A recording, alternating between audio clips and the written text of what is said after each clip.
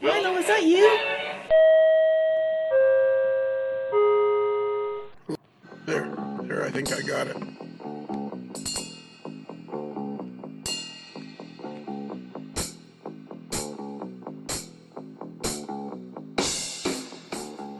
Hey, everybody out there in podcast land, it's your old buddy Lionel Strang, a.k.a. the Evil Overlord. I just wanted to do a quick introduction to this particular episode that was originally recorded on... It was the middle of January anyways. That's all we need to know. So it was like a couple of months ago, 3 months ago. And it was an interview that I really don't know what happened, but it was me and Bruce, the moderately agitated mailboy. And we were going to talk to Chris Brimley and Adam Pinales about stuff. And I don't even remember what the stuff was that we were going to talk about. But the longer we talked, the more interesting it got. This is a really, really interesting discussion with two guys that are kind of going in different directions in the hobby at the time. And, of course, two really close friends of ours of the AML Nation. They're both really interesting guys. And before we knew it, we had a whole episode, and I decided to keep this as an episode because it was a really, really interesting discussion. And that's all I'm going to say. So now you have a little precursor to what's happening. Subway chime, go.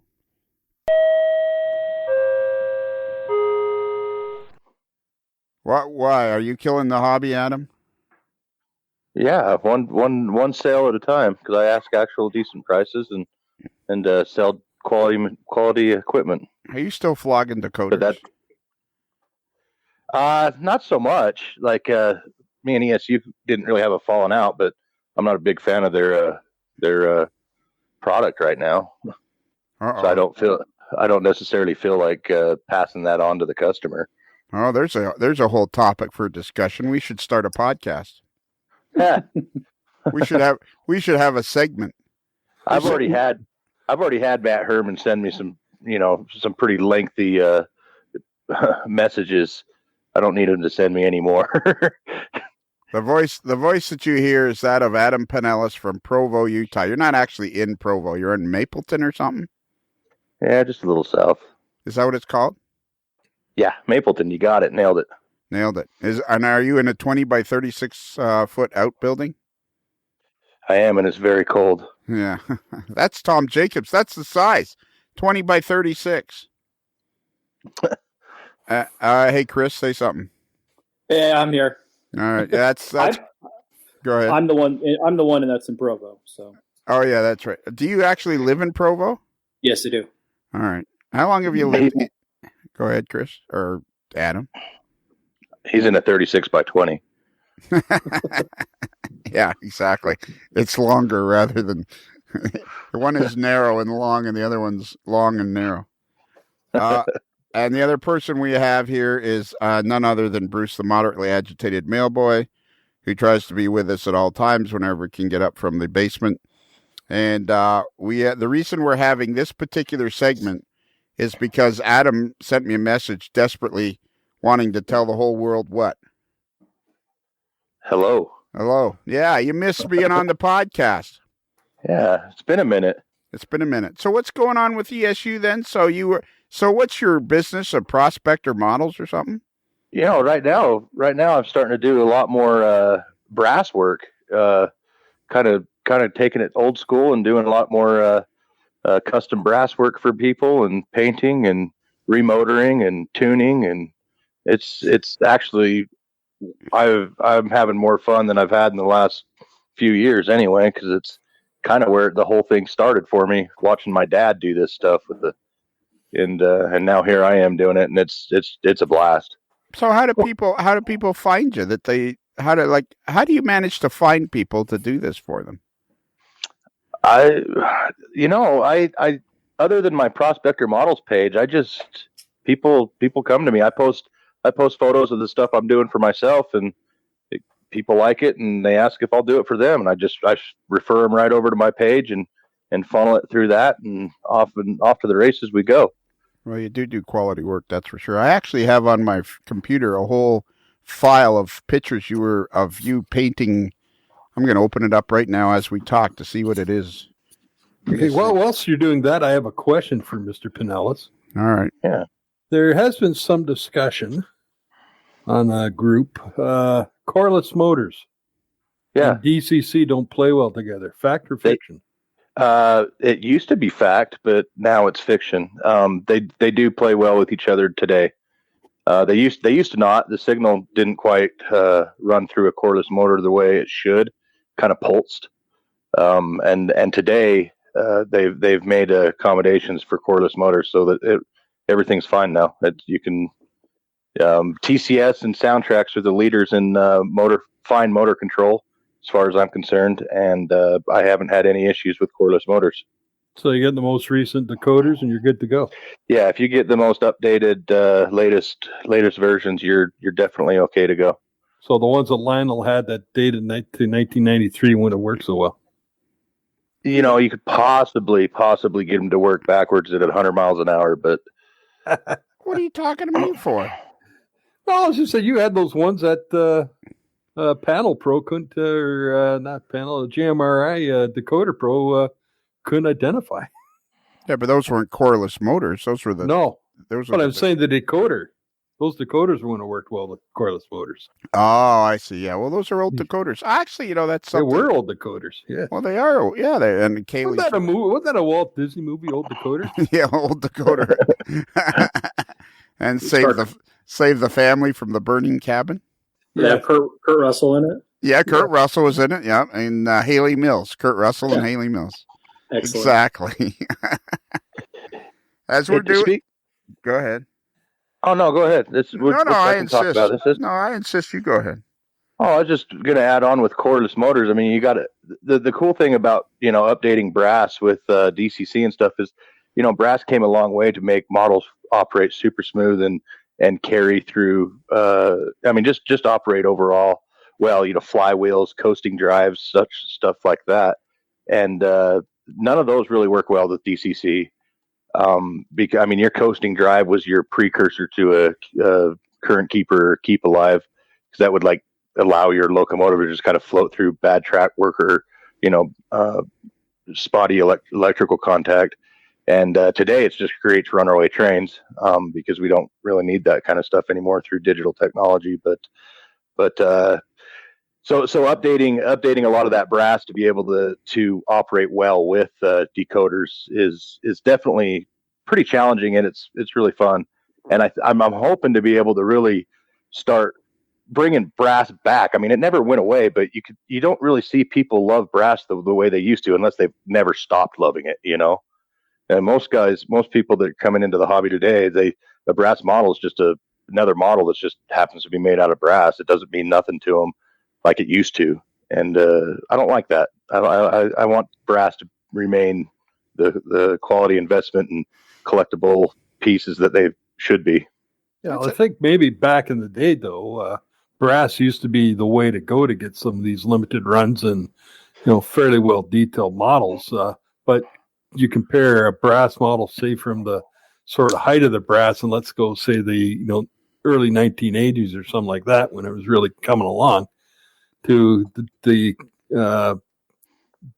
cast models, the plastic casting models that are being put out today. Like they can't hold a candle to the quality of the stuff that's being injection molded these days. And there's definitely that's definitely true. I mean, the quality overall out of the box, you can get such finer details in injection molding than you ever could with brass. And the reason that brass was so easy to be able to do, custom runs or one-off models is because the amount of time it actually takes to, build brass models or even castings, anything like that, versus a production run of plastic, completely two different operations. It's a little bit easier to make something out of brass than it is to make it out of plastic, just because of the abilities that you can use that you can do with brass. It's really forgiving in the long run, and So it's easier. It's really easier to make, custom runs or limited production stuff, and it's a little bit cheaper to manufacture. But I mean, and just because with plastic, you got all the tooling costs and stuff like that. But yeah, and the thing about it is brass is still way more durable than any of your plastic models, no matter how detailed they are. Is you can have the most detailed plastic model, and it's going to be pretty fragile compared to your brass details that are soldered on. Okay, I think I have a really good question for Chris. Go ahead. And I want you guys to jump in on this and give me your opinions, but I think this is a really good question. You can let me know later, Bruce, if it is. And I hope I can figure out how to get the words out to make it sound like a good question. That's the key. That is the key. All right, is everybody ready? Yeah, ready and waiting, man. Let's go. I think this is a really good discussion, Adam. But I know for a fact, like we know of Fred Hill and the Coach Yard, and Chris Brimley is the vice president of Exactrail, and he runs trainlife.com. And Chris, the store's going pretty good, right? You guys now have a brick and mortar store, and it's going pretty good, the whole thing, right? Yes, absolutely. December was the biggest month we've ever had in sales. Yeah. So let me see if I can put this like I think the hobby is just gonna. I still say the hobby's gonna explode, and we're gonna be all covered with model railroad goo. And Fred Hill seems to be constantly bringing out something new, the Coach Yard.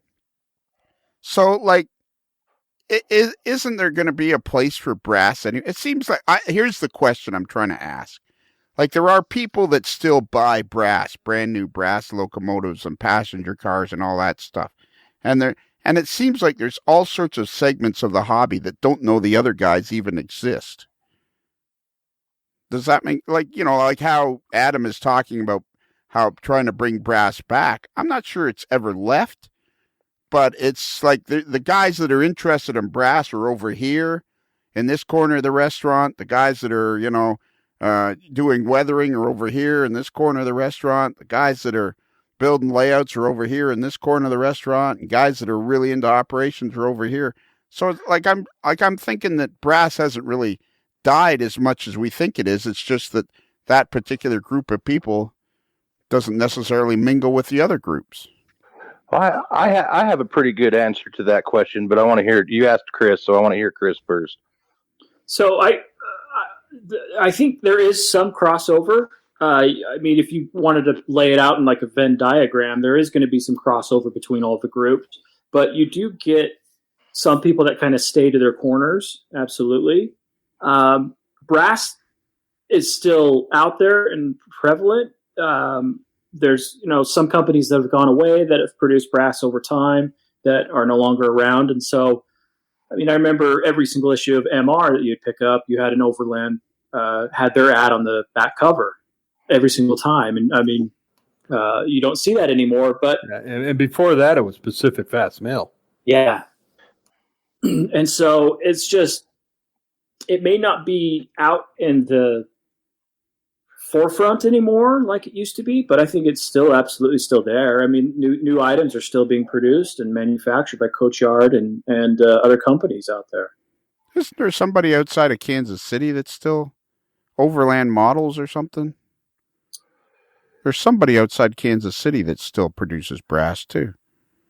I don't think Overland does brass anymore. I know that they have they have a retail store now, Overland Hobbies, that was part of it, but I think the brass side of it is gone now.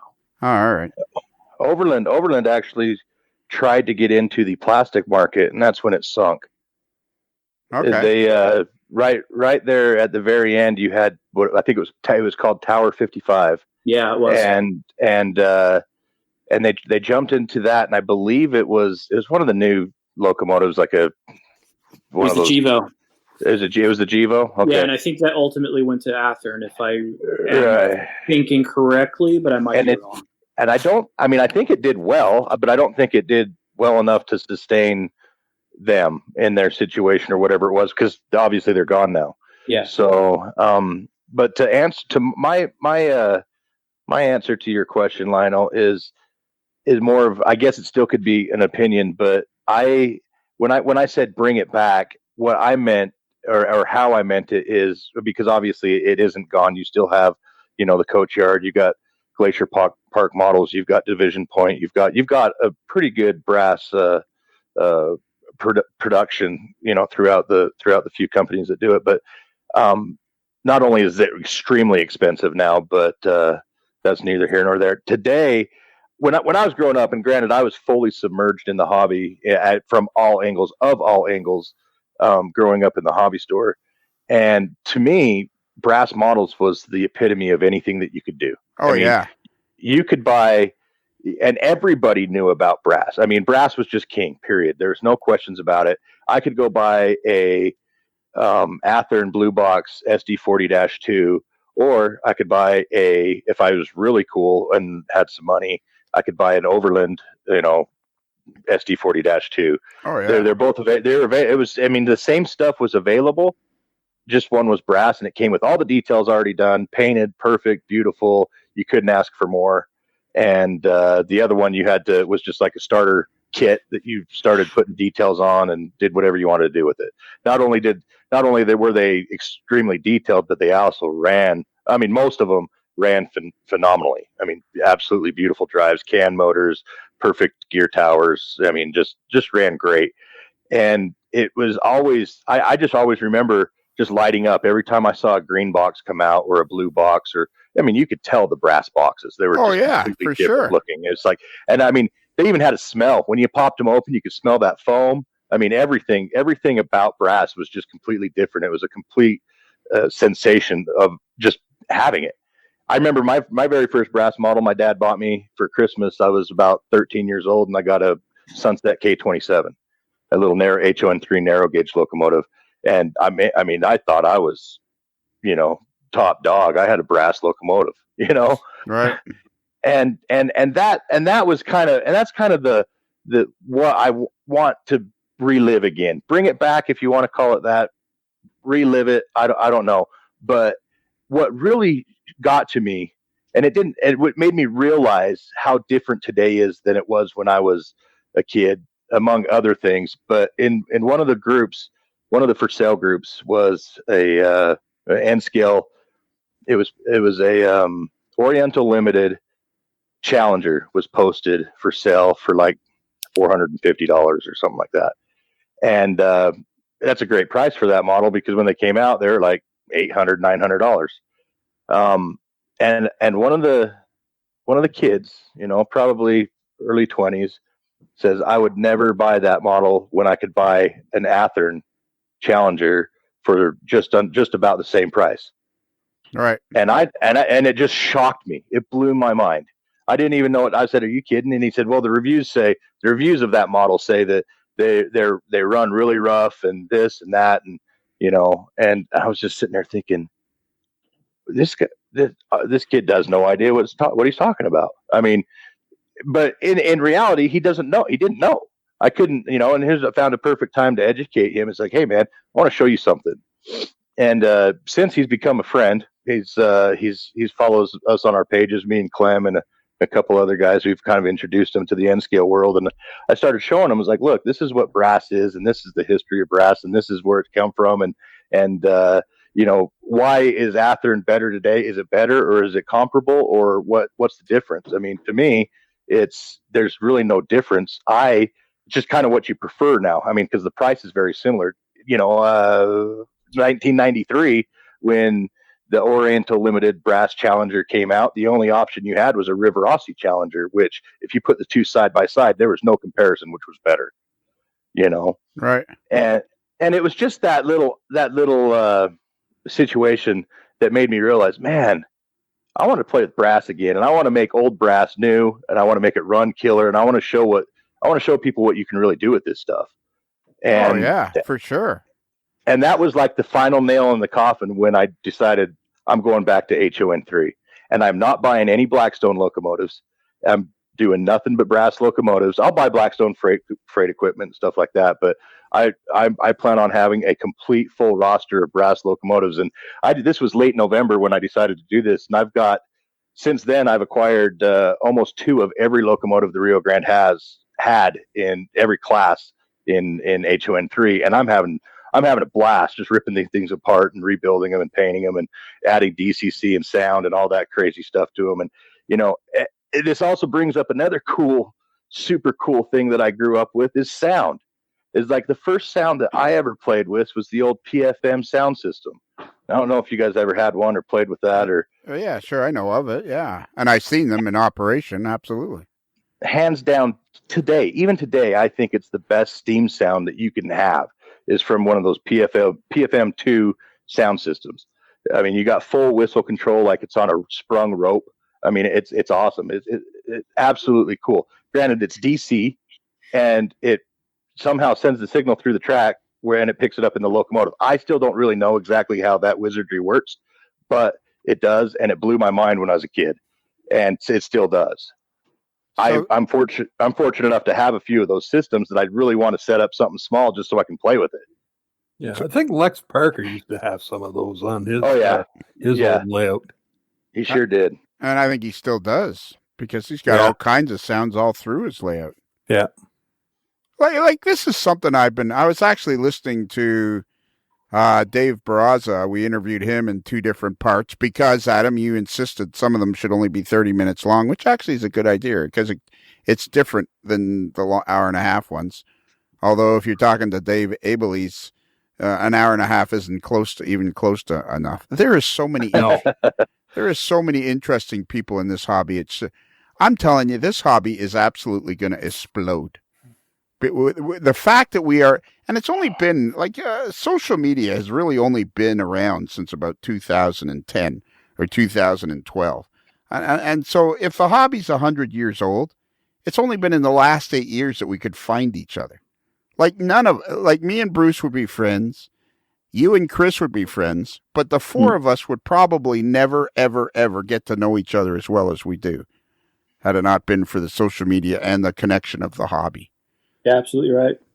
Well, other than, reading your column in the magazine. Yeah, I know, but still you got to take the time and blah, blah, blah. But I'd never have known you. Yeah, exactly. And as of January of this month, or, this month with Romardo Craftsman, you may have known me. That's true. You've been in RMC, exactly. What was the article? Painting a brass locomotive. I know. And they're going to probably want more of that.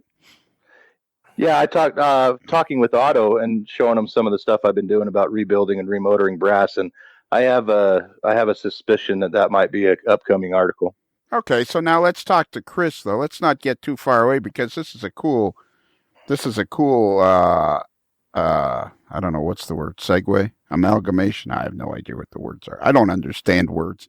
I really don't understand the English language, so it really doesn't matter. But this is cool, to Chris. The fact that you're selling product, and like right now, Adam is really excited about brass, but you're doing really good with modern day product. Like, are the two things? I don't know how to put it, but that's one of the things about the hobby that's so exciting is you can go over here and immerse yourself in all this stuff. Like, are you feeling like? This is a good question. Are you feeling like the store or the people or that connect with trainlife.com, like, are you feeling like more of a connection with customers now than maybe you would have 20 years ago, do you think? I don't know. So with Train Life, I mean, we do have a brick and mortar store, but the majority of our sales are online sales. And so we don't get the few people that do come in. I mean, I'd say 75% of the people we're on first name basis with, and we know them well. Like Adam's in at least once a week, and so it's great to kind of sit around the table and talk to them. And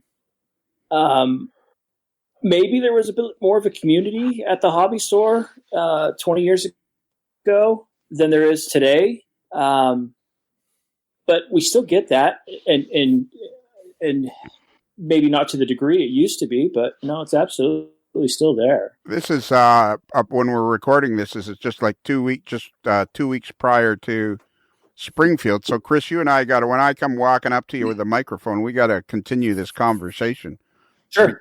Because you guys are headed to Springfield, and I guess I'm feeling the excitement that Adam's voice, and it's kind of like, yeah, like that would be cool to to be working in brass and getting all that stuff, because that stuff was always cool. Like, you're right, Chris. Like, my dream as 40 years ago was to have a brass shay, 2 or 3, start getting brass shays because they ran better than anything. Mm-hmm. They were just, that was it. But you had to, they were hard to work. For me, they were always hard to work on because you didn't want it to short, and painting them was like, oh my God, that was a job and a half. But you seem to be a total natural at it. At me or Adam? I think I should have said Adam. Yeah. No. See, Adam's getting me all worked. Adam is getting me all worked up because of the excitement in his voice. Like, it's like, what do you think about this, Chris? That's probably a better question. What do you think about what Adam's saying? Because you've been there right in the trenches with him all along, trying to, with his N-scale layout, and now he's getting rid of his N-scale stuff, and now he's into the brass. Like, when he comes in the store each week, are you kind of like, oh man, what am I going to have to bone up on this week? So,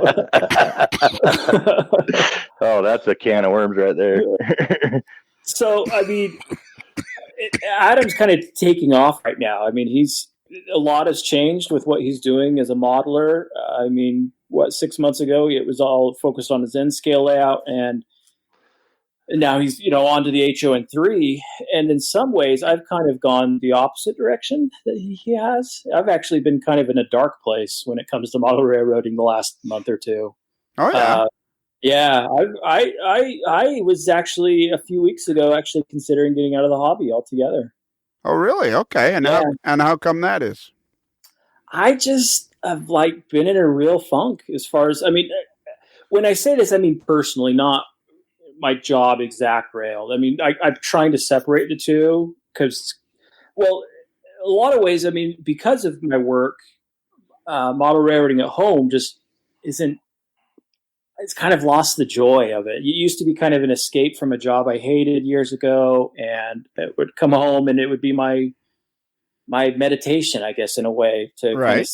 to settle down. And it's not anymore like that. And so I've been kind of in a place now where I'm trying to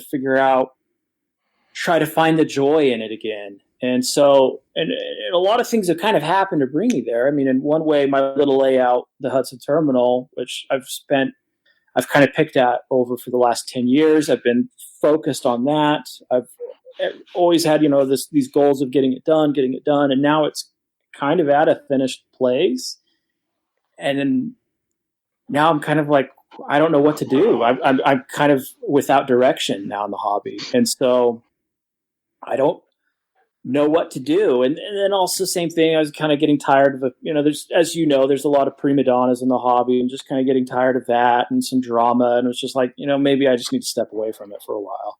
Yeah, well, that can be, some of the personalities can get you down, but I think they can get you down a lot. But I think that's part of the beauty of the new world. Like I say, you and I never would have found each other had it not been for this. And I think that's an interesting point, because I was actually, when we were talking to Dave Barraza too, the other thing I was saying is, I said to him, like, he was listing off, he was operated on this layout, and he operated on that layout, and he operated on, I think there's more and more finished large size layouts where people are being able to operate. Like, I think on the other hand, small layouts are good, but I think you're right. You've got to a point where, okay, I did that. Now what am I going to do? Because the hobby is really about chasing is almost about chasing a goal, trying to build a dream. Exactly. And if you finish the dream, go ahead. I'm sorry. No, that's exactly. I finished it, and now I kind of feel a little lost. Like, I finished that dream. I need to find a new one, but I'm not finding anything right now, or in a way. So, yeah. Well, no, but that's a cool discussion to have, because I'd hate to pass over that discussion, because it's like, on the one side we got Adam, who's really enthusiastic about the brass stuff, and on the other side we're talking to you, and you're kind of like, and you got Springfield coming up, and is it kind of like, oh my God, now I got to go to Springfield and listen to all these people rattle on about me about, there should be 6 steps on the side of this boxcar instead of 5, kind of. Well, No, I actually really looking forward to Springfield. So I always have had a positive experience there. And this year I'm looking forward to it much even more so just because, well, one, I'll finally get to, I mean, I've seen I know I've met you at shows before, but this year will be different.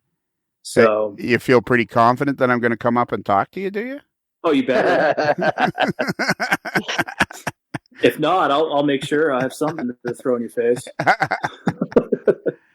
Yeah, no, I think it's a. See now, Adam, you actually, if you picked the right time to have a discussion. You were like, Well, and maybe Chris, is it partly because for a couple of months we just haven't connected, and do you feel like because we all feel like the AML family is the AML community is pretty special, and is it because maybe you haven't connected with the people and you've been talking to the wrong people in the hobby, or? I don't know. I mean, there's a few things. I mean, I've got to give Adam credit, him and a few others as well, because I mean, kind of at the end of December, I mean, I listed the layout for sale, and I started to box all my stuff up, and I was just going to sell everything, just like I'm done. I don't want it. And so Adam and even a few other friends kind of talked me off of that cliff, and who've been in this situation before, and just like, well, one, when you're in a funk and when you're in a funk like this, don't make any decisions like this because you're going to end up regretting it. And just kind of just thinking about, well, what do I want to go on to next? And so I'm not going to jump off the ledge in model railroading world now. They fortunately have kind of talked me down from that. And so, well, that's something actually I've been actually kicking around in my head quite a bit lately, is I feel like if I've done anything worthwhile ever in the hobby, it's helping to build this community. Mm-hmm. And I think that the hobby is more of a community than we realize. It is. Like, I don't think I ever realized that the opportunity to build a community like this was there. And when we lost Joe, I talked to David Start a lot about it, and about how much I missed Joe, and how, and he wasn't an avid model railroader. He liked the hobby, but what he really liked was the people. Yeah. That he had found through the AML Nation.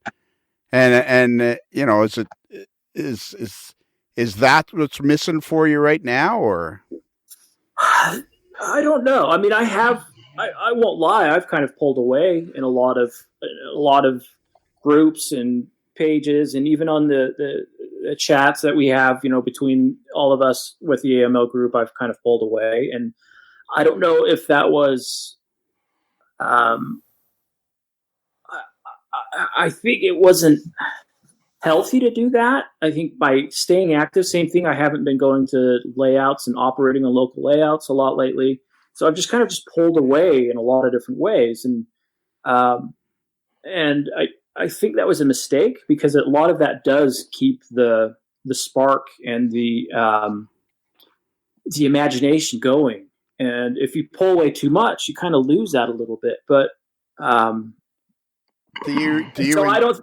Sorry. I was just going to say, do you still enjoy the challenge of building freight cars for Exact Rail and trying to figure out what the next great freight car is and that sort of thing? Do you still enjoy that? Yes, absolutely. No, I love my job. I absolutely love it. But it's a unique challenge that I love doing, and it's difficult. But the problem is I'm, focused on research and creating model trains 8 hours, 8 to 10 hours every single day. And then when I get home, I just don't even want to think about it sometimes. Yeah, exactly. And maybe you don't want to beat yourself to death, because maybe that will be the hobby for you for a while, is just the fact that you're part of Exact Rail and you're producing decent models. And it's like people often ask me, am I going to build a new layout, or when am I going to start working on models and stuff like that? And for me, the podcast is like plenty. Mm-hmm. I get to be part of the community. I've kind of done a lot of the goals that people set out to do. So it's like being part of the community through the podcast is just as much fun as building a model for me. Yeah. And so I don't know where I'm going to land. I mean, with talking with Ab and other friends, I think the decision that I'll go is I need to, if I do start a new layout, which I will do, I don't think I'll ever be the kind of person that builds a big layout. But if I do another layout, it's got to be detached and different than what I'm doing for Exact Rail. So it's not a modern day prototype layout. I've got to segregate myself from that so that it's something when I get home, it's different. So whether it's Adam, I know would like me to get in with narrow gauge with him. And I've thought about doing something completely fanciful that I just make up out of the sky. And so I don't know where and 30. I thought of it. I've thought of doing something. I want to do a different scale. I know that for sure. Whatever I do decide, I probably won't be in scale. I got a good question. I think I have a good question. Bruce, can you rate this question for me? Okay. Well, can you can you say it a little more enthusiastically? Sure. You know what? I'll tell you what. I'll add one to his score for you. Yeah, would you please? Holy No mackerel. problem. Could you rate this question for me? Okay.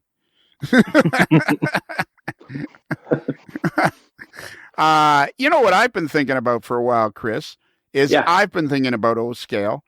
Okay. I do feel like I want to, because part of my Allegheny Lackawanna Southern there was a small railroad called the Peterson Coal Company. What are you doing, Adam? You sound like you're grunting. It sounds like you're moving boulders by yourself, the grunting and the groaning that's going on over there. No, I'm just sitting here. Yeah, well, just sit there, will you, for crying out loud? Damn. Don't touch the wire, for crying out loud. That makes noise. Now I sound like I'm being rude on the podcast. Now you've put me in a position where I sound rude. I got you all hyped up, then I pissed you off. Yeah, exactly. You got me all hyped up and then pissed me off. This is great. Question reading right down, you know. Story of my life. What was that, Bruce? I said, this is driving that question reading right down. It's taking like 10 minutes to get it out. I've been thinking, Chris, I had a short line on my railroad called the Peterson Coal Company. My son is Peter. Became the Peterson Coal Company. They are RS1 locomotives. I'm thinking of building a very small 2-foot by 10-foot O-scale Peterson Coal Company, and more of a scene than necessarily an operating model railroad, enough to run the track around, the locomotives around on a siding or something like that. But really, what can you do in 2 feet by 10 feet? But I'm thinking the fun is in building almost like a diorama rather than an operating model railroad.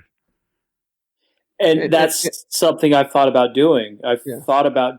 I mean, my layout is kind of like that. I mean, it's a 1 by 7 foot self-switching layout, but it's more of a diorama than it is you don't run trains around on it.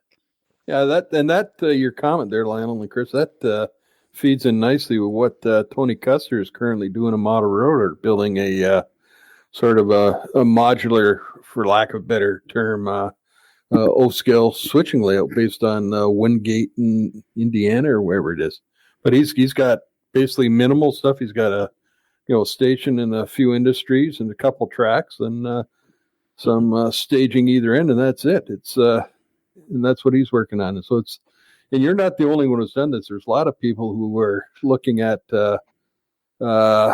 smaller layouts. Look at Lance Mintime, what he does. He's an advocate. It doesn't have to be huge to be a lot of fun to build and run. So. Yeah. Your idea is, I know you love those RS ones, and there are some nice ones in O-scale, and you would have a ball doing that. I think I would, actually. I think it'd be a fun thing to do. It'd be more of a diorama than actual. But, it'd be enough track that you could run the locomotives back and forth and have a few cars. I can just see me building some really neat scene, under a cooling tipple and I think that would be. And I think that's another facet of the hobby where you don't necessarily have to build an operating layout. You can build a more of a diorama type thing. Because I think at the end of the day, it's more about constructing than it is about necessarily for some people, operation is a huge part of it. And I love operation as much as the next guy, so long as it's not timetable and train order. And all I'm doing is copying down orders, because that's what we do. We do paperwork. Do I seem bitter about that?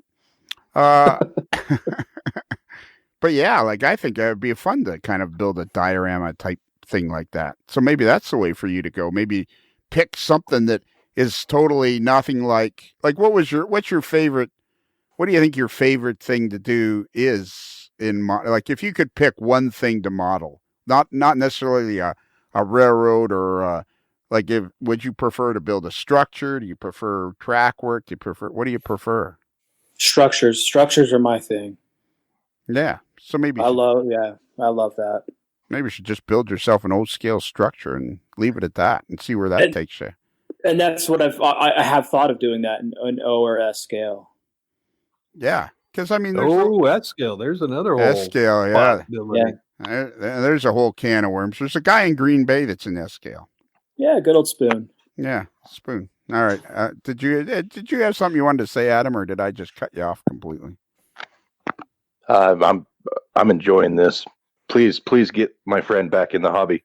Yeah, I'll say, and I was thinking, the other thing, Chris, you're talking about, sort of fanciful or whatnot. I think back at what Dave Ferry and Bob Hayden did for years with the Carabasset and Dead River in their HON 30, using the N scale mechanisms and HO scale, and that was a beautiful, plausible representation of the main 2-foot narrow gauge stuff, and they did a great job. And something like that you easily be done in ON 30 or things like that. And when I've looked at that, it's interesting me. It's fascinating stuff, all this narrow gauge, and there's lots of cool structures and things like that from Maine that you could look at and build and have a lot of fun and string something together.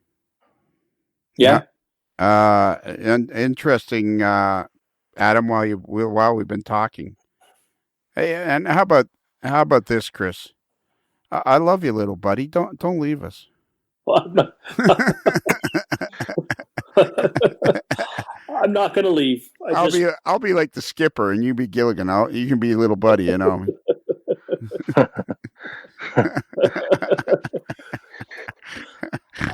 I'm confident I will land on something. I just got to find it. Yeah, you and I need to spend some quality time together. Damn straight. But don't be bugging me at the show, okay? All right, I'll leave you alone. So while we've been talking, there's also these guys called BrassTrains.com. Uh-huh. And they buy and sell and use brass, and I mean, I think that company's doing really, really well. They do pretty good. And I'd imagine. You sound like you're annoyed. No, not at all. BrassTrains.com is a page I frequent probably every 12 hours or so. Because you're looking for something. Yeah, I'm always watching, see what's popping up. I think if we could figure out how to uncover this hobby, I think this hobby's like covered in 6 feet of dirt, and we got to. Well, it is. It's because there's these guys in Florida, BrassTrains.com, and they have a thriving business. There's 1 million people to talk to. Recently, I've made noises.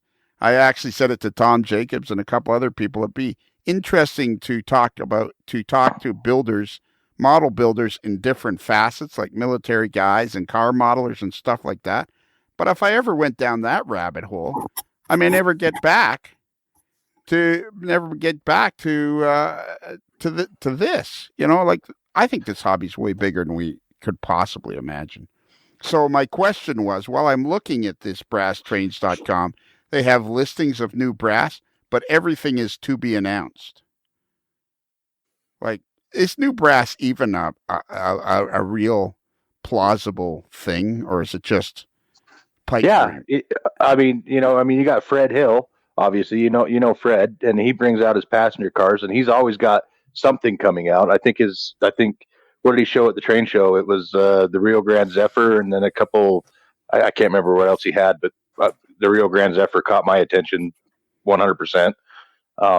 The Jimmy Booth, he's a friend of mine. He ran he was part of PBL Works, Locomotive Works, which was all SN3 for a while, but then he branched off and started Glacier Park Models, which is, brings in really detailed models from, I think the manufacturer is Boo Rim, and they do models for a variety of different people. I think they do a lot of stuff for Division Point as well. Glacier Park brought in the big boy. They only brought in 25 of them, and Brass Trains bought every single one of them, and I think they retail for like $5,000. Wow! Then they brought in 25. There's only 20, one of each number, 4,000 to 4,000, 4,001 to 4,025, or 4,000 to 4,024. I can't remember what the number system sequence is, but yeah, they only brought in one of each. And then Brass Trains bought them all. They bought every single one of them, and they sold them through Brass Trains. I think the Penzi T1, I think that's coming out here soon. Ooh. Yeah. I think that's being showcased on brasstrains.com right now. So there's quite a few pieces in the works. It takes a little bit more.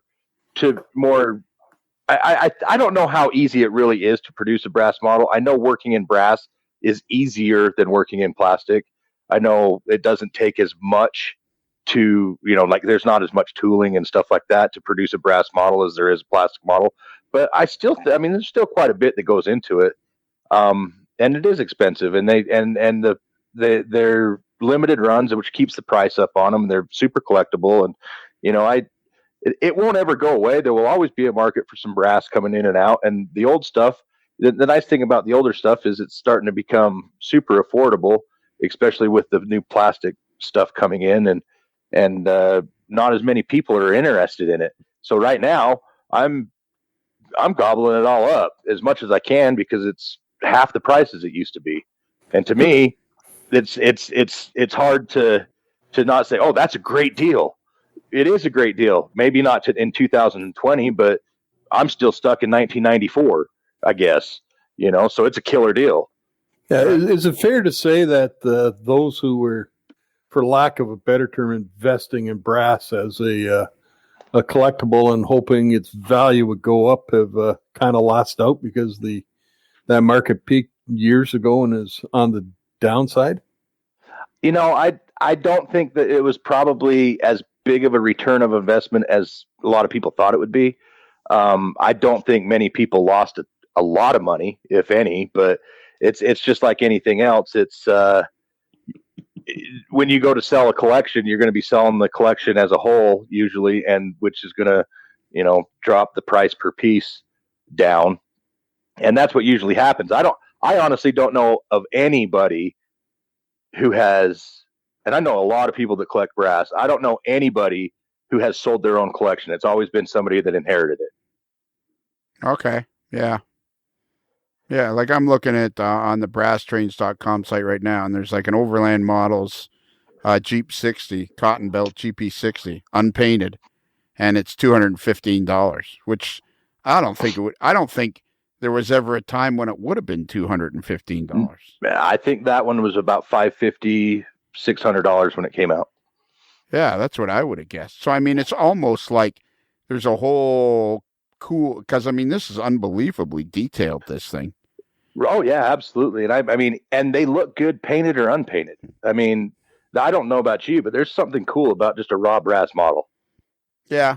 Yeah, I never got that excited about it, but if you could paint that up, and so, okay, so the running gear, because that was the thing back 30 years ago, that's what you bought them for, because they ran so well. They did. Most of them, there were some that still had some issues and whatnot, but the thing about those is they're extremely easy in general speaking. For anybody that's semi-mechanical, they're not hard to take apart and put back together. They're not, you don't have plastic gears. A lot of them have, brass gears. A lot of them have brass and plastic gears. There's a lot of things you can do relatively easily. And at one time, and thankfully, hopefully Northwest Shortline actually builds back up to what they used to be, but you could hot rod these things. I could change the gear ratios on these. I could do all sorts of crazy stuff, and you could do it with plastic too, I guess, but it was pretty easy to do in brass because everything was screws. everything screwed together. It wasn't clips. It wasn't little pressed things. It wasn't, it wasn't things that was easily broken. You could just unscrew the whole thing and it was all apart. Sure would be neat to try to figure out how big this hobby is. Because like you talk about Northwest Short Line, and like I understand a lot of it is niche industry and stuff like that, but there seems to be almost like an answer for every question. There's some guy building something somewhere to answer that question. Like the hobby seems to be so, how can I put it? Intricate. It's so intricate that you can almost never satisfy your thirst for what it is you're trying to do. Oh, if there's an interest, if you have an interest in something, you can turn that interest into 5 different, aspects of that interest, and you can find somebody that produces something for all of them. I mean, when I ran out of gears, I was looking for some new gearing for a locomotive I was building, and Northwest Short Line didn't have any in stock. There's another company that I knew of that isn't really as active as they used to be. The guy was called the Loco Doc. He didn't have anything that I needed, and I ended up searching around a little bit. We ended up finding a company in Germany called Stoner Creek Models or something like that, and he had everything, And I was like, holy cow! And he's in Germany. I mean, in 1993, ordering something from Germany seemed kind of odd. Well, I mean, it didn't really seem practical or make sense. But today, it's like it's just a couple clicks away, and it's on its way. Yeah, exactly. And so it obviously, the technology has opened up a whole new accessibility for everything, but it also, I mean, like you said, it connects everybody. It's changed the whole world, and starting with model railroading. And I don't know. Like I said, I have really found like the passion. I mean, my fire was pretty hot to begin with, but when I started messing with the brass again, it was throwing kerosene on it. I'm looking at this Jeep 60, this cotton belt Jeep 60, and it was made in 1991, so almost 30 years ago. And the detail on this thing is unbelievable. Just tell you what, if you buy it and I'll paint it for you. Okay, then I'd have to start modeling cotton belt though. Well, just keep looking for that RS1. Yeah, why don't start looking at a different model then? Well, all right. I was just grabbed the first. I just grabbed something. I just clicked. How about this? How about let's get you your Shay? Let's get you a brass Shay. Yeah. Now an O scale brass Shay. Man, that would be one of those Chemtron jobs. Yeah, that's right. Exactly. Well, and look at that SN3 stuff. That stuff was beautiful. SN3 for a while was all the rage. Oh, SN3. I got hooked on it. I was playing an SN3. I started playing an SN3 in probably 90, 98 or so, 99. Yeah. And you're not a good example because you get hooked on everything. I do. I am. I'm an addict. And you're a conductor on the California Zephyr, so you never get tired of the hobby. I actually was with Chris at one time. When I was an engineer for Utah Railway, it really got bad. Like that's when I started building cars. I mean, I still bought some stuff here and there in N scale, but I didn't do any modeling at all. Zero for probably, it was a good 5, 6, 7 years or so. Right. All I did was build cars, because that's the last thing I wanted to do. Because I was sitting on a train for 12 hours a day. Yeah. 9 days a week, and it just got to a point I just didn't want nothing to do with it. I didn't go to hobby stores. I didn't go to train shows. I didn't do much. But if I just happened to see something or something come out and I thought it was cool, I'd buy it, just take it home, put it in a box. And I ended up collecting a lot more than I thought I did doing it that way. But yeah, I didn't do anything. So I know exactly where Chris is at, and I know that it too will pass, but it sucks feeling that way, when your hobby just isn't fun anymore. Chris, do you want me to move to Provo? Would that help? Yeah, I could use a hug from you every day. I have not a good question, but man, this looking at this brass stuff. So, you know what? When I went into Displains Hobbies, it seems like you go into a lot of hobby shops, and they still have those old glass cases with the locomotives behind, and then they have a bunch of brass locomotives. Oh man. Oh man. I remember the first time my dad took me to the real Caboose Hobbies, and we walked in, and I walked in straight to the brass section, and it was about 50 feet long, both sides, all brass, just lined up, going, "Oh my Lord." It changed my life. I know exactly what you're talking. Go ahead. So do you have one of those, Chris, in Train Life? No, we don't have any brass. No, but do you have one of those glass cases with all the locomotives in it? No, we just have everything in their boxes. Oh, that's kind of... Well, maybe that's the problem. You just need a big glass case with everything in it. Yeah, we can do that. We got to find Chris. You know what? I think part of the problem sometimes happens too is that with model railroading, there's really no end game. Yeah. You know, like people, I think you get sometimes when people get to the burned out stage, they kind of go, well, what's the end game here? Mm-hmm. You know, and it's like, what is the end game in model railroading? Because if you're building a Mustang, the end game is to go to the car show, to go tooling down the street in it, you know, to impress the girls. If you have a Harley, you know, the end game is to go riding and go on big long trips so that you can say, yeah, I've ridden the Sturgis 3 times. And man, it was hot the 3rd time, I'll tell you. And, you know, like the end game is to like how fast do you go? How far do you go? What's the end game with model railroading? Bruce, this is a perfect question. Oh, go ahead, Chris. If you got an answer, go. I was just going to say, I think it's different for every modeler, but I want to hear what Bruce has to say. I don't know if he has an answer. The end game? Yeah. Be happy. Well, that's true. But then how do you get there? What, Chris? Oh, that said, you know, I went through my own funk back in the early 2000s, and I ended up getting interested again by switching scales and switching what I was interested in modeling. Went from North American to British. Yeah. And from HO scale to O scale. Well, and I think it's important that the community is a big part of the hobby, that people don't realize that's such a massive part of the hobby. The people, people you meet and the connections you make. Because I'm like my favorite, you know, everybody's heard me say it before, you know, you got a guy that's, you know, the #1 brain surgeon in the world in Boston, who's interested in Mopac.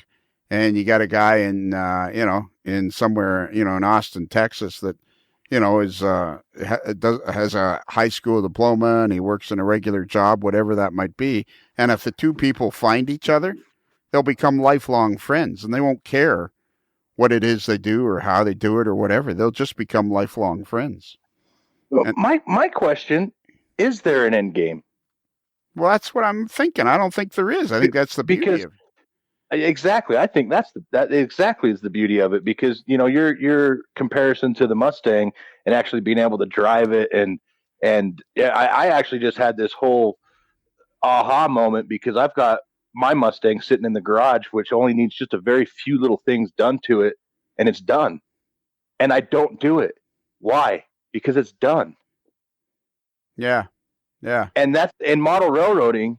I have never been done. I have never even considered an end game. I've never even ever thought that there was a point where it was over.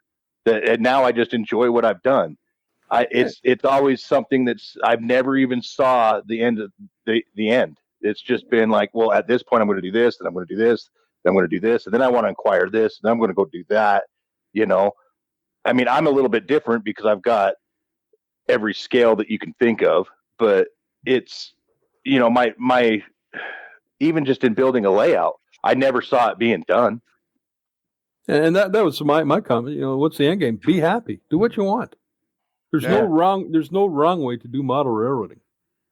Well, so if you're interested in 5 different scales at different times and doing this, that, the other thing, do it. Whatever makes you happy, do it.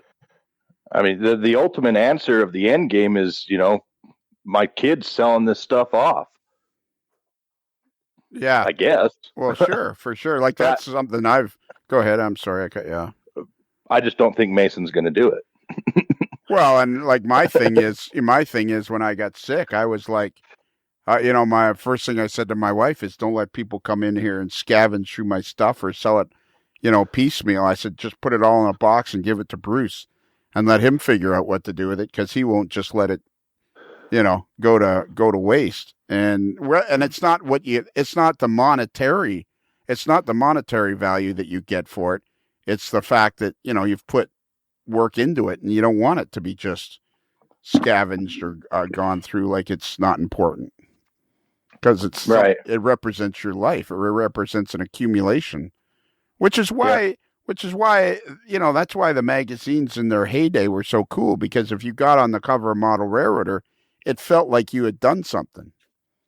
It felt like you had accomplished something with your layout, and maybe that's one of the downsides of social media is there's no everybody built their model, tried to build, and everybody's dream was to eventually end up on the cover of Model Railroader. I mean, I even heard Rod Stewart. Well, he said it to me. One time I met him, he said like being on the cover of Model Railroader was a bigger deal than being on the cover of Rolling Stone. It was growing up looking at that magazine, it was definitely something that I always thought that I wanted to do. Is to have a layout featured in the magazine. And right now I'm super thrilled that I have an article published, hopefully not just the only one, but I had a blast doing that. So, I'm sorry, I cut you off again. No, you're okay. Go ahead. I was just going to say, so Chris, on that note, in this, was it the May issue of RMC, your layout was featured as on the cover, and you got a lot of accolades from a lot of people telling you how cool that was. I did, yeah. Do you think that maybe was tied into when you started losing a bit of interest? It felt like you'd accomplished what you set out to do. Yeah, that was a huge moment for me. Being featured on the cover of RMC, and it was a very big honor, and it was such a high. And kind of when that happened, that's kind of what I felt like. Okay, I'm done with this. And so now it's just been, the wind has kind of been out of my sails ever since. And so, and I got to figure out what I need to do next. And so, yeah, so that's pretty, so in our conversation, that's, we turn it full circle, and that's exactly where we're at, and it's kind of like, okay, do you find another hobby? Do you give up on the hobby altogether? Or maybe it's simply just a simple case of, you got to sit down and catch your breath. And if it takes you 2 years to catch your breath, there's nothing wrong with that. Yeah. A few weeks ago, that's where I was. It was a dark place, and I was just going to get out of the hobby and not worry about it, move on to something else. But now, no, leaving the hobby's not the answer, and I'll regret it. I know I'll regret it. And so I just need to kind of take a few steps back, kind of reevaluate, figure out what I want to do next, because I was hyper focused on that little shell for 10 years, and I feel that's done. It's not. There's little things on it that need to be done, but it feels done. It feels like it's a finished layout now. And so it's just, what do I want to move on to next? What's my next goal? And I don't think there will be, an end game to it. Sure, I'd love to do another layout and get it featured and have another cover. I would love to have another cover. It'd be amazing. And I thanks. What? But sorry. I thought I heard you say I doubt it. But no. No. That would have been rude. I know what I was gonna say was, actually, that's something I would like to do is to build a small 2-foot by 10-foot O-scale diorama / layout, and have it so that you could, Bruce and I have often talked about this fellow Ben King that had this tiny little layout back in the 60s, and he had it photographed in so many different directions that you just couldn't believe that this was such a small layout. And that's what I'd love to build. It's like a small layout that just, you could photograph the crap out of it, every little square inch, because it was so precisely done. I think that would be cool. Yeah. And so the other thing to consider, Chris, is that you could go the approach of a guy like Ian Rice, who does a lot with smaller layouts, mostly British outline, but he's done some American ones. But he has about 3 or 4 different layouts that he rotates around and works on when he feels like working on. So he's and I think not doing the same thing all the time. Yeah.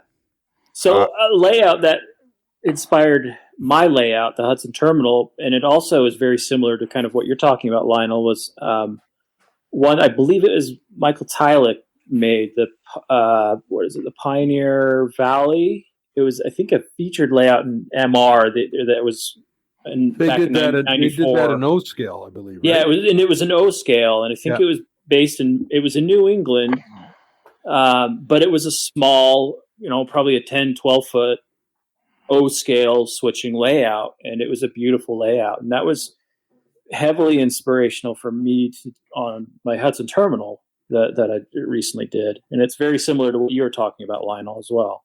Yeah, and there was always that one, the gumshoe and gum stump, or gum stump and gumshoe. It kind of went up and over itself, and there was just a little layout, and I always thought that was a cool layout. And there was another guy, the fellow that started Narrow Gauge Gazette. For the longest time, he had a very small layout. Bob Brown. Yeah, for a long time, his layout was very small, and then it expanded. I believe that's correct, because I remember seeing some spectacular pictures, and then one day seeing the track plan and going, holy mackerel, all these pictures, all these photographs came from that one spot, Yeah. Yeah. So what else should we talk about? Man, we've almost killed an hour and a half, so we might as well finish this up and make it into an episode, and we'll call it like... just to Chris, Pioneer Valley was September, October, November, December 1994. Yeah.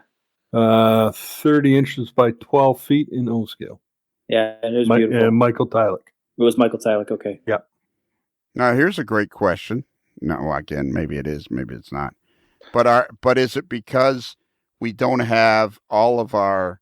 Because it used to be RMC, it was always Model Railroader, RMC, and then I'd throw in Narrow Gauge Gazette behind those. But was it the fact that the only place you could find stuff was fairly, very concise? It was either in these magazines or you didn't know it existed. And have we managed to wash everything or thin everything down so much that now it's harder to get excited because there's so much stuff to look at? You can't focus on one particular thing? So when I was young in the hobby and I first got in it, I remember each issue of MR that I got was just so inspirational. I mean, every single layout, every single article that was in there was amazing. And I could just like, oh yeah, I could totally do this. And I would look, somebody would super detail, like a GP60, and I'd go through the parts that they listed and price it out in the Walthers catalog and see how much it would cost to do that. And then I loved doing that and had so many things that I wanted to do. And now it's just kind of like, I don't know. I can't, what will inspire me next? I don't know. I mean, yeah, the Walthers catalog was my Bible. If it wasn't in the Walthers catalog, it didn't exist then.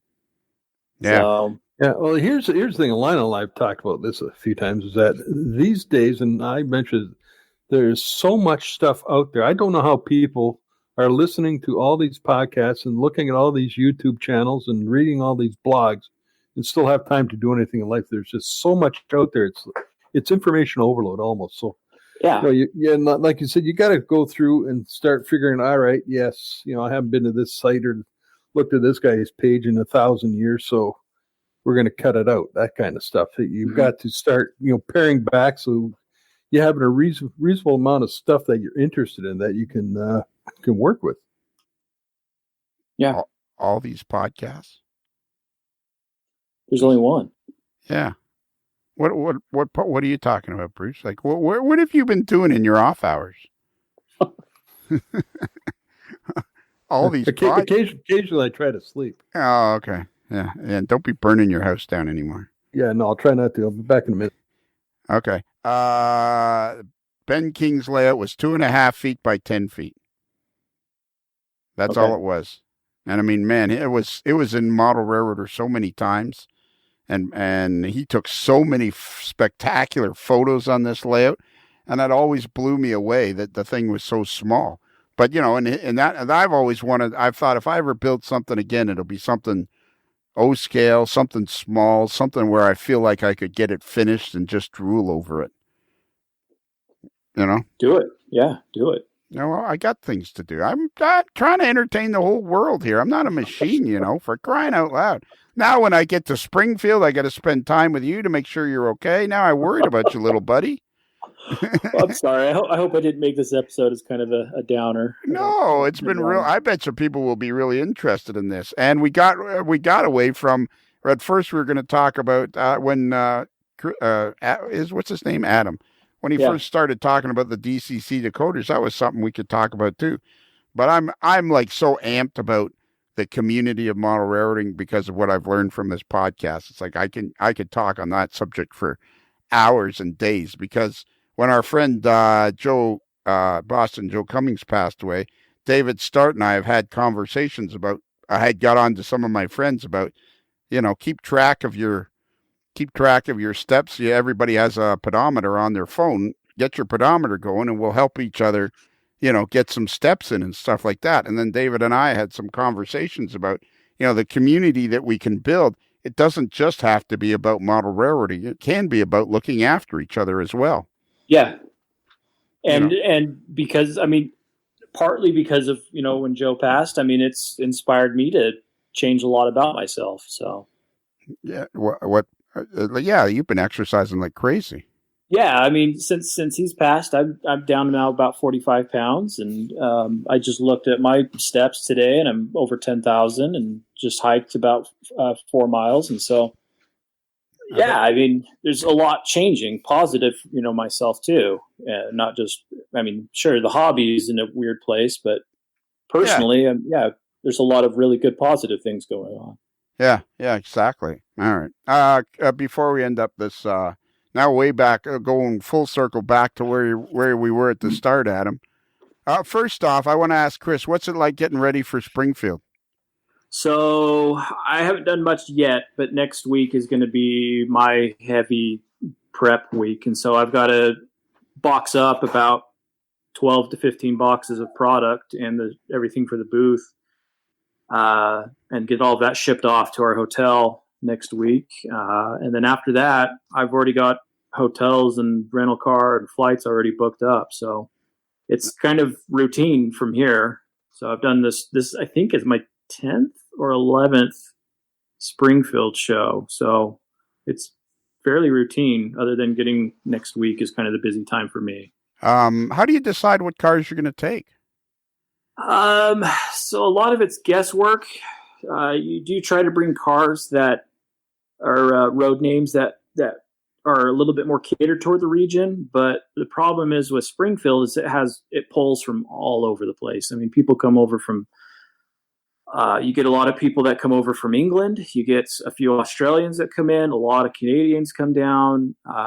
It pulls from people from Florida to the Midwest. It pulls from all over the place. And so I just try to bring a little bit of everything, but most of it a little bit heavier with Northeastern railroads. All right. And how many actual cars do you think you would bring? I think I bring about 400 HO cars, and then about half of that and then probably 1 to 200 in N scale. Wow. That's a lot of cars. And how many, and do you sell most of them? A lot of them? 2/3 of them?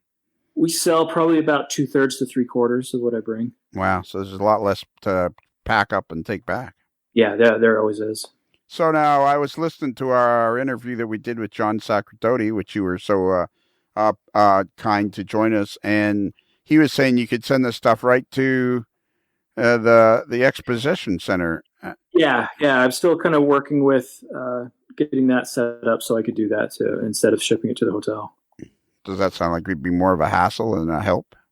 No, it'd actually probably be more helpful, because I can it'd actually be less expensive for us because I wouldn't have to get as big of a rental car to haul all the boxes in. Yeah. What are you renting? You're not renting the 2-door spec, are you? No, I don't fit in that. I'd have to sit in the back seat to drive. And how do you decide who you're taking with you? It's for this show, we usually just do a 2-man crew. So with this year, it's going to be myself and then Dan Larson, the CEO of Exact Grill. We're doing it together. Oh, you're taking the CEO. Oh, the guy that's in charge. Sure. Yeah. Sure. Let the guy that's in charge go. No, Dan and I have lots of fun together at the shows. So.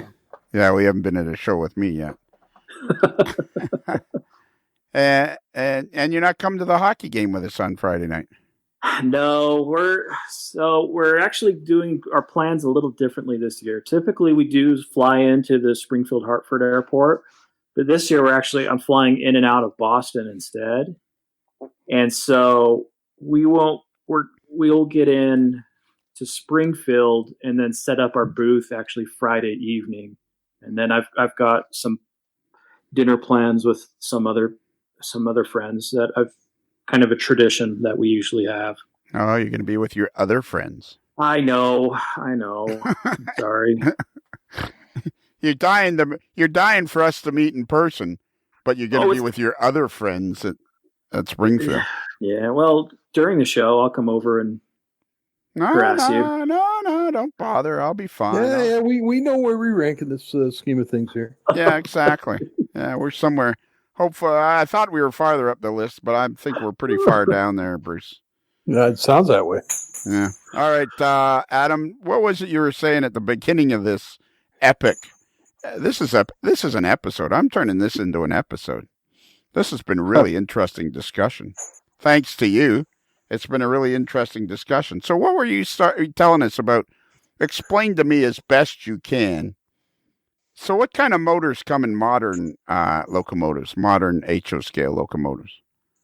Oh, I mean, you got some, I don't know. I don't really have any modern HO what kind locomotives. What kind of, well, not modern as in, what the design of them is, but modern as in the the mechanics of the locomotive. You had N scale.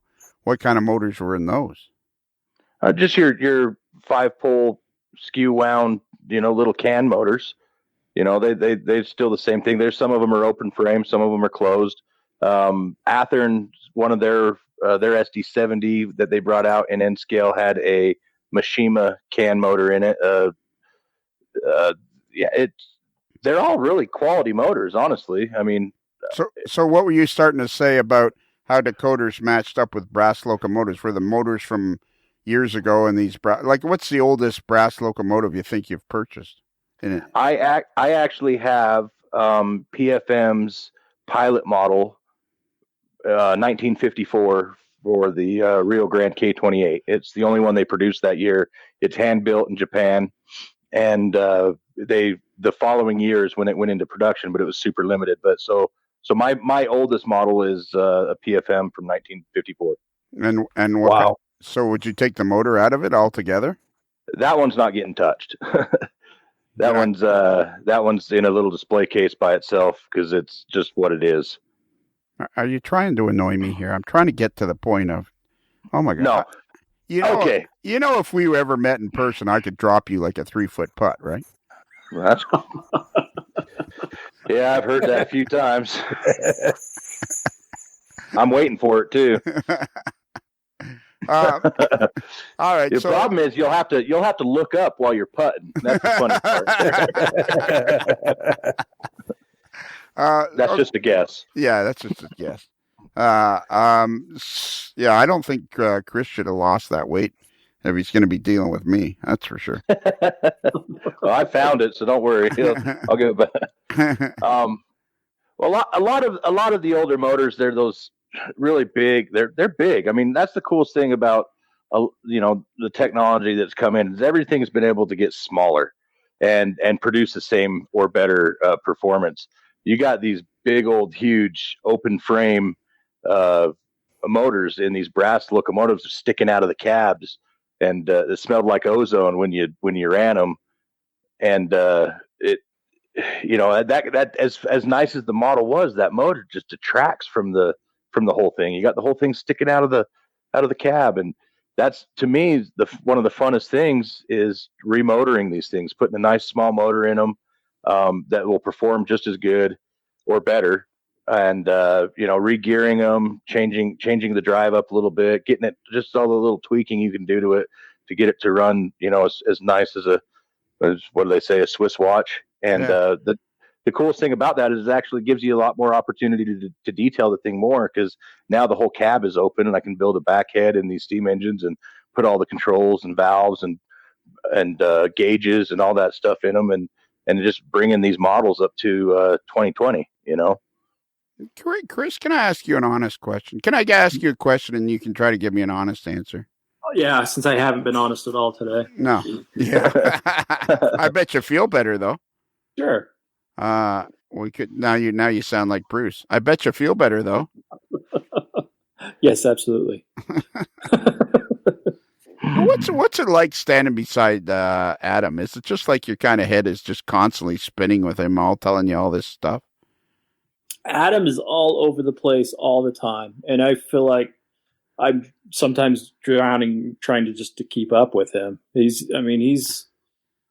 going in so many different directions, and it's awesome. I love that he does that. And I mean, it sometimes is a little intimidating just because he seems to get so much done, and I'm just kind of struggling to tie my shoes some days, it feels like. Yeah, I know. How do you know all this stuff, Adam? Like, yeah, are you just naturally mechanically inclined or what? Yeah, I think that there's a little bit of that. A lot of it I get lucky, and a lot of it I'm just not scared to try. I mean, I think growing up watching my dad do this stuff, like my dad can fix anything. And when I say fix anything, that guy can anything. It doesn't matter what it was. It's like you see some people that, they know a lot about cars, or they know a lot about, or a particular car, or, I mean, they're an appliance guy or an electronics guy or, a computer dude. My dad is he can do anything, and he can fix anything. And if he doesn't, and if he can't, he's not going to let you think he can't. He'll figure it out, but he'll tell you he could before he knew he could. Right. And I just picked that up, I guess. I, in a lot of ways, took it way further than he did, but I think I did, or was able to, because of technology in a lot of ways. It's like my dad, when he had to BS somebody, he had to BS somebody and have the faith in himself that he could do it. I can BS somebody and hope to God that YouTube has it, and so I can go back and try to source whatever information I want relatively quickly with my phone or the computer or whatever. My dad was just hardcore. He really could do it. I kind of feel like I cheat sometimes, but I've always tried to just keep up with him. I always wanted to be as good as he was at that stuff. And, I think I'm finally starting to be able to hang with him, and so I've always, I don't know, I in the last couple years, especially this last year, it's been really cool because all my dad's friends and even my dad, when my dad asked me to show him how to paint something, I was floored. I didn't even know what to say. Like I was shocked. And, I started doing DCC installs for some of my dad's friends. And that was a turning point for me. Not only was it, I mean, as a huge self-esteem booster, but it also gave me a lot of confidence in what I could do. And, all these guys that I looked up to so much in my life growing up were asking me to do things. And it gave me the more drive to do more, and take it as far as I can. And I think at the end of the day, I'm just not scared to do it. And I honestly believe that the majority of people out there could do these things if they just, one, wanted to, and two, weren't scared. Yeah. Well, and there's so much information available to you. It's like, I don't know, I got it in my head that before I got to spring, I wish I had somehow in my head, the thought came into my head that I wish I had a better selfie stick for going to Springfield with, because the ones I got are just like cheap $10 ones. And I thought, I Googled selfie sticks. And as I went along, I found one guy that was, because when I was taking pictures for model railroader, I was into photography and all that. And as I went along, I found one guy's YouTube channel that was really good about photography. And then I stumbled onto, there's a company called Manfrotto, which makes high-end tripods and light stands and all kinds of stuff that you need from that end of photography. And Manfrotto makes a selfie stick. I got onto these guys that were doing for their GoPro cameras and stuff like that. And I discovered that Manfrotto makes a selfie stick. And I went out and I found it and I bought it. And it's like just the coolest thing. And it would have taken me forever. When I went to my high-end photography store, commercial photography, there's this beautiful photography store in Toronto called VizTech. It's 3 floors high, has everything you would ever need for any kind of photography. And I walk up to the counter in that department. And I say to the guy, yeah, I'm interested in getting a selfie stick. And he kind of rolls his eyes at me like, really, buddy? You're in this store looking for a selfie stick? And I said, well, Manfrotto makes one. He says, I don't think so. And I went, yeah, I'm pretty sure they do. It's called the 390 or whatever it was. And he looks it up and you could see his face change. He went, oh, yeah, we have one of those. And I said, do you have the adapter? And he goes, yeah. And he's kind of thinking, oh, this guy knows he's talking. And I'm thinking, every time I go there from now on, I'm going to make sure I know exactly what it is. Because you can find everything, the answer to everything on the internet. Absolutely. Yeah, it's true. Like whatever you want to do, whatever you want to find, whatever you want to buy, it's there. I mean, literally. All kinds of answers. The thing that's not there though is just the just willing to do it. For example, you want to modify a brass locomotive, or you want to. I mean, honestly, what gave me the most confidence in the world is when I was building a Mustang for a guy, and it just so happened to be a 1967 Shelby GT 500. And I mean, that car, that's an iconic car. It was a real Shelby. I mean, the thing is worth $140,000, and it had a little bit of rust on it. I mean, when it was done, it's worth 140, but it's an expensive car. Had some rust on it, and he wanted me to fix it and paint it and put it back together for him. And I'm just sitting there thinking, holy cow, I'm used to working on just a run of the mill Mustang, nothing. And I remember one night, sitting there I absolutely told him, yes, I'd work on it, but I was scared to death. I didn't tell him I was scared to death. It's sitting in my shop one night, and I'm sitting out there just staring at this icon, drinking some beers. And I realized that if once you take all the badges off and the motor out and everything, that it's just another Mustang, and doing the repair work is just another repair job. I mean, I obviously am going to take way more careful time and make it absolutely perfect. But at the end of the day, it was just another Mustang, and I cut into it. I took the cutoff wheel. I mean, it took me about 4 or 5 beers to decide to do it, but I took the cutoff wheel and I decided I made a cut in it, and there's no turning back. I had to fix it now. And I did, and it turned out absolutely phenomenal. And it's been shown off around the country. It's a local car show car that's been it's won a couple of awards. It run award down at Ratfink. Pretty cool car. That being said, when it was time to go cut into a brass model, taking a Dremel to a brass model that's perfect, but I just need to modify it. I want to change the cab. I want to do this or that or whatever. Just do it. You're going to do it. If you want to do it, you're going to do it. And if you screw up, you got to fix it. And if there's a will, there's a way. I'm going to start a motivational. I'm going to become a motivational speaker, and I'm going to walk out on stage and say, I know everybody's here tonight. And eventually I'll end up with auditoriums full of thousands of people. And this is the way the show will have gone right from the start. I know everybody's here tonight. They're trying to look for happiness of life. They're trying to figure out how to get through life better. And so now, take it away, Adam. And I'll start out with a bag of little oranges and invite my friend Chris up to the stage, and we'll pass out those little mini oranges to everybody, and we'll have a great time. All right. So quickly. You're not hooked up right. You are seriously not hooked up right. I am so lucky to have started this podcast and met all the people that I've met. It is the best thing it's one of the best things I've ever done in my life. Easily walking away. People say to me, well, when are you going to build another model? And I'm thinking, what for? I'm doing the best thing I could have possibly ever done in the hobby anyways. It's like all the things I did led to this moment. It's like so cool. It's just unbelievable. Too bad I can't speak and make complete sentences, because it would be even that much better. All right.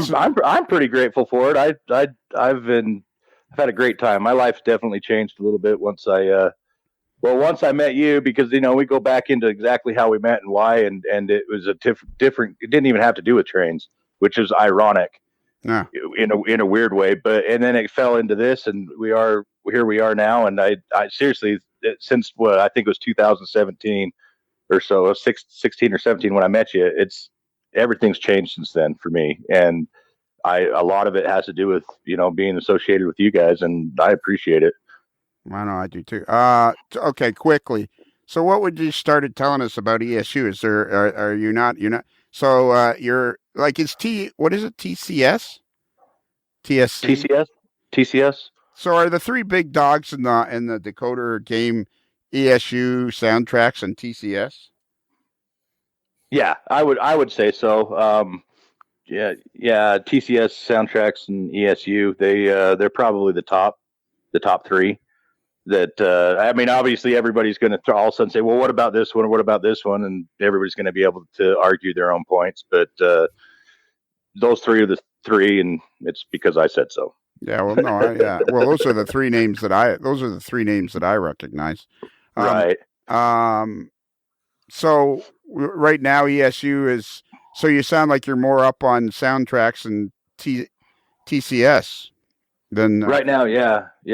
I've I think ESU is good for the right person. If you're really into spending a lot more time on your computer, messing around with loading sound files and creating sound files, and doing a lot more computer work than actual model work, I think that ESU is right up your alley. That's not me, and I tried like hell to be that guy. I gave it a good effort, and it just, at the end of the day, it's not me. I like what you can do with ESU, as long as somebody else does it and just gives me the decoder, and I can just continue on my merry way. But thankful for Shane, the young gun, for doing that kind of stuff for me, programming these things and shipping them out when I need them. But aside from that, I really enjoy working with TCS and Soundtracks. Okay. And how did you meet Shane? Here. I met him through the AML. Boom. There you go. All right. So what is so Soundtracks is kind of like load and go, and is that kind of more like it? Yeah, it's a self-contained unit. It has all of its everything that it comes with. You buy that decoder, it has everything already on it. You just change some CVs to make it what you want. And it's not, you're not loading anything, you're not programming anything. Honestly, Soundtracks came pulling ahead massively this last year, just because they had stock, and unfortunately, whatever happened with ESU and their new decoder 5 or V5, Loc 5, whatever you want to call it, whatever they want to call it, whatever issues they had with that, with the getting it in, and advertising it, saying we have it and not having it, and they make it through that. But you did something to your microphone. Yeah, it looks like my dad just tried to call me, and I declined it. But you declined a phone call from your dad? You were just telling us how excited you were about that he wanted you to show him how to paint something. Yeah, but now he's asking me to paint stuff all the time, and I'm sure that was it. And I just had to. Now I just had to decline him. I'll get back to him later. But anyway, yeah, I think the other. Unfortunately for ESU, that just made the other decoder manufacturers shine, because they had product, and it was easy to get. Okay. And the hobby's not going to stop for something like that. That's for sure. Hobby doesn't stop. Chris, you guys at Train Life, you don't do any DCC stuff, do you? We don't produce any, but we sell soundtracks. Oh, do you? Yes, we do. And have you bothered thinking about getting the other ones in, or you just jerking? I'll probably bring in TCS next. Okay, and how do you you're building up the stock, and yet you don't have one of everything, and yet you had your best month ever in December. Yeah, I mean, we're still growing the store. I mean, it's just been kind of a slow little organic thing that we've been working on. I mean, we started the store 4 years ago with just a couple 5 baker's racks of product, and now the store is taking up about let's see, what is it? It's probably about 3,000 square feet, and we're running out of space again. That's a big. And so big space. Yeah, and so I'm starting to make plans of what to do to expand or to rearrange things so we have more shelf space. And so as we do that, I mean, I have kind of a list of new things that we're going to add for this year. And so I want to expand our paint line. I want to expand the DCC and sound offerings that we have, and just to continue to grow the store. And so we have more of what everybody wants. Bruce, I bet you didn't expect this. I sure didn't expect this. You can, so long as people are willing to talk. It's always a pleasant surprise. Yeah, it is. Like, so long as people are willing to talk and you have a few questions, man, you're off to the races. We can make a show out of it. We can make a show. Pick a subject. We'll make a show. Yeah. And my little buddy, Chris. Don't let life get you down, little buddy. That's what I'm going to call you from now on, little buddy.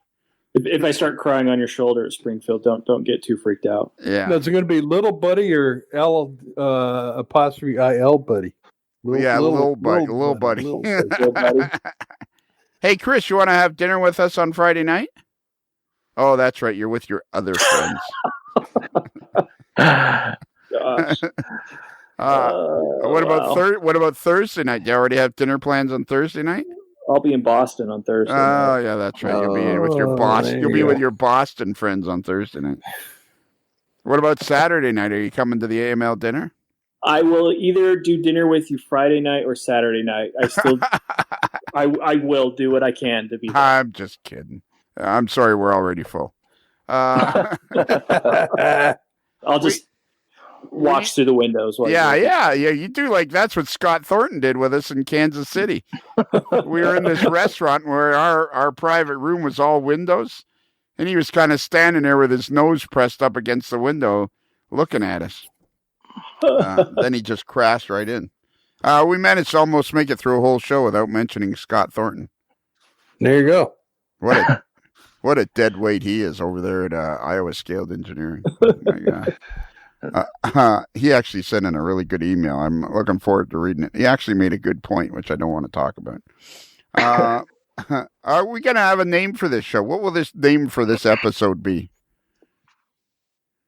Oh, here, there, and everywhere. Ooh, nice. Brass is not dead. Brass is not gone. Shine up your brass. Brass is making a comeback. Although that's a fascinating. Ever since I realized what it was Fred Hill and the Coach Yard did, because he has a store too, doesn't he? Yeah, he does. Whistle Stop, isn't it? Yeah, the original Whistle Stop. Yeah. So he's been in the hobby forever, hasn't he? He has. Oh, yeah. You know what my problem is? People don't realize. It's like, I don't remember or know anybody. And when I started interviewing him, like, I recognize him from being at all the shows for all the years with his ponytail. And I start talking to him, and I'm like, I can tell he's thinking I should be asking him certain questions. And it's like, I barely even know who you are. But now, this year, I'll have a lot better set of questions. Okay. Here, there, and everywhere. Brass makes a return. But the BrassTrains.com, that guy's got what a business that guy's got going. It's definitely a fun website to waste some time on. And they have a really good, I don't know if they're still doing their YouTube show, but they had their, what they called Monday Morning Corner or something. Yeah. They were doing that. That's really cool. One of my favorite things about Brass, their website, is they actually have a registry that you can use for your own collection. So you can they have it all formatted. And this is perfect for like insurance purposes or something like that. Is you can go in and fill out the registry. You can input every model that you have. And the nice thing about that is you have an instant valuation of what it is just based on what they sold that model for last, Okay. So, I mean, you can instantly just just fill it out, and if you don't know what it's worth, you can just search it on their site, and the last one that they sold, if they don't have one in stock, will pop up, and there's the price. While we're talking, I'm gonna click on O-Scale and see if they have RS1s. Let's see, all departments, all roads, all builders, all product categories, all train categories. Well, diesel. Well, they must have more than one diesel. Come on, give me a break. They have a pretty nice website. I enjoy. It's fun to. It's easy to navigate, and there's tons and tons of information and awesome photos of all the models. I mean, they probably had one of every brass model that's ever been produced run through their shop. So, like I said, if you ever want to look something up or see who made what, it's there. I go to that to do that anymore. I have a collection of the old Brown books, which used to be kind of like the registry of brass locomotives. And I think the last Brown book they put out was the mid 90s or late 90s. So it's kind of a little outdated, but it's still nice. Brass was what it was all about forever and ever, because that's where all the detail came from. Yeah. It's definitely its own little hobby. And I really just want to see it be the thing that it still used to be. I still want to see people get excited about brass. I mean, it's just because it's cool. It's just cool. Well, the detail. I mean, I'm looking at a 2-truck Shea here, an O-Scale 795, and I mean the detail on this thing. It's what's it called? A Max Gray Muirwoods 2-truck Shea. Whatever that is. No box, and it's 795. Yeah, Max Gray was a big producer in O-Scale. Was he? Yeah, I bet that's probably a late 60s model. No, then you'd have to redo it. Who's opening a beer? Chris? No, it's not me. Tonic water. Tonic water. Wow. Tonic water. Look at us being all healthy. All right. We're going to call this a day now. An hour and 43 minutes. We're calling this a day. That was a lot of fun. That was like, I can't say it was the most fun I ever had, because I enjoy talking to every one of our guests, but just us starting to talk without any direction at all. That was a lot of fun. Yeah. We didn't have a plan, huh? We had no plan whatsoever. Well, that's what the beauty of podcasting is. I can't do that. I was going to say I'm actually pretty good at it, but I just can't bring myself to say that.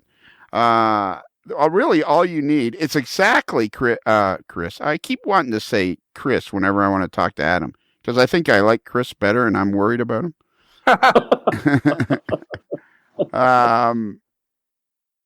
It's exactly what you said, Adam, about building and repairing locomotives. Like, I enjoy doing the podcasting, so if you just put in some effort, and it's just a matter of keeping the conversation going until you hit on a subject that gets everybody excited to talk about. That's really all that's needed, just to put in some effort, some elbow grease, as they say. Yeah. You're right. I'm looking at this O-Scale Shea, and the cab is full of motor. Right. Yeah, and it doesn't need to be, especially in O-Scale. It doesn't take much. A little bit of effort, a little bit of little bit of engineering, and you can mount a new, nicer, smaller motor in there, have it run smoother. You probably clear up enough room for a decoder, and you can put a full back head and redetail it, so it's everything that's there supposed to be there is there. Yeah. Okay, I'm going to start looking for an RS1 in O-Scale. All right, that's it. Wow, here's one that's $2,495. It's a Northern Pacific 282 W5, and it's $2,500. Wow. Yeah, O-Scale is big and a lot more than just size. Their price is pretty big too.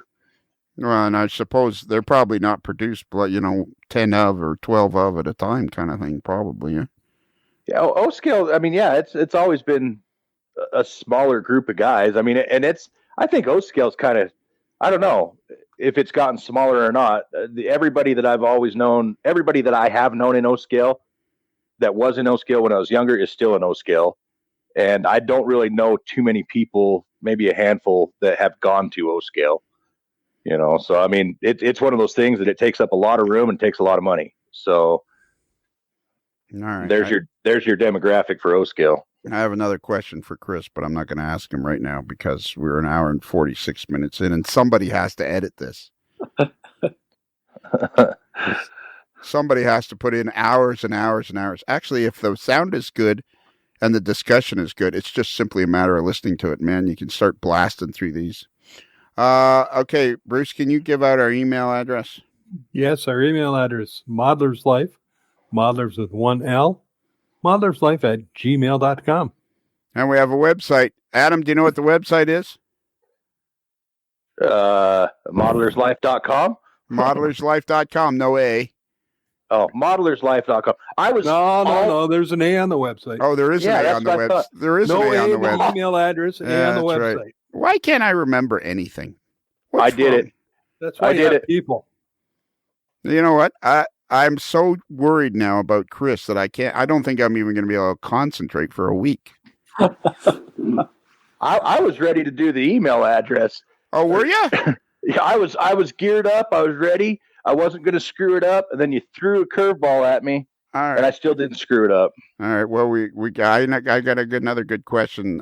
We can ask Chris on another little segment. There you go. Ooh, yeah. All right. That's it. We have the website. We have their email address. Okay. Then, Adam, I will let you do the very last part. Can I do the email address next time? You certainly may do the email address next time. All right. Okay. Are you ready for the very end? Yeah. What's that? Oh, actually, though, this is going to be an episode. Oh, it's going to be the different end. Yeah, it's the other end. Oh. Here comes another curveball. Here comes another curveball. I'm going to have to go. There's a knuckleball coming in at you, buddy. I'm at the plate. Kicked off my shoes. I'm going to have to go deep into the file here. I got to go back and go deep into the file. It's been a while since we've done one of these. Well, not that long. Not true. Yeah.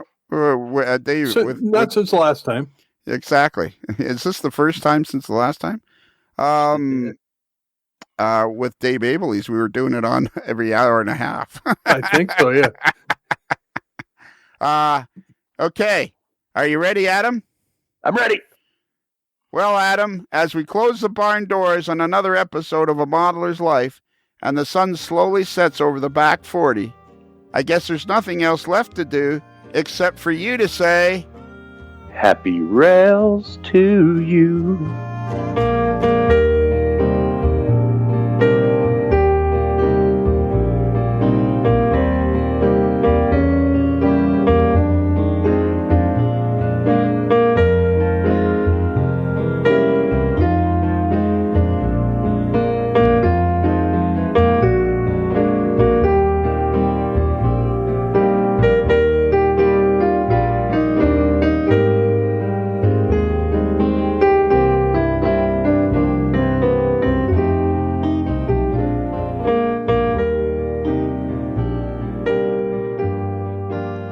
Mr. Strang's Wardrobe provided by The Dashing Camper. For all your fashion and tent repair needs, trust The Dashing Camper.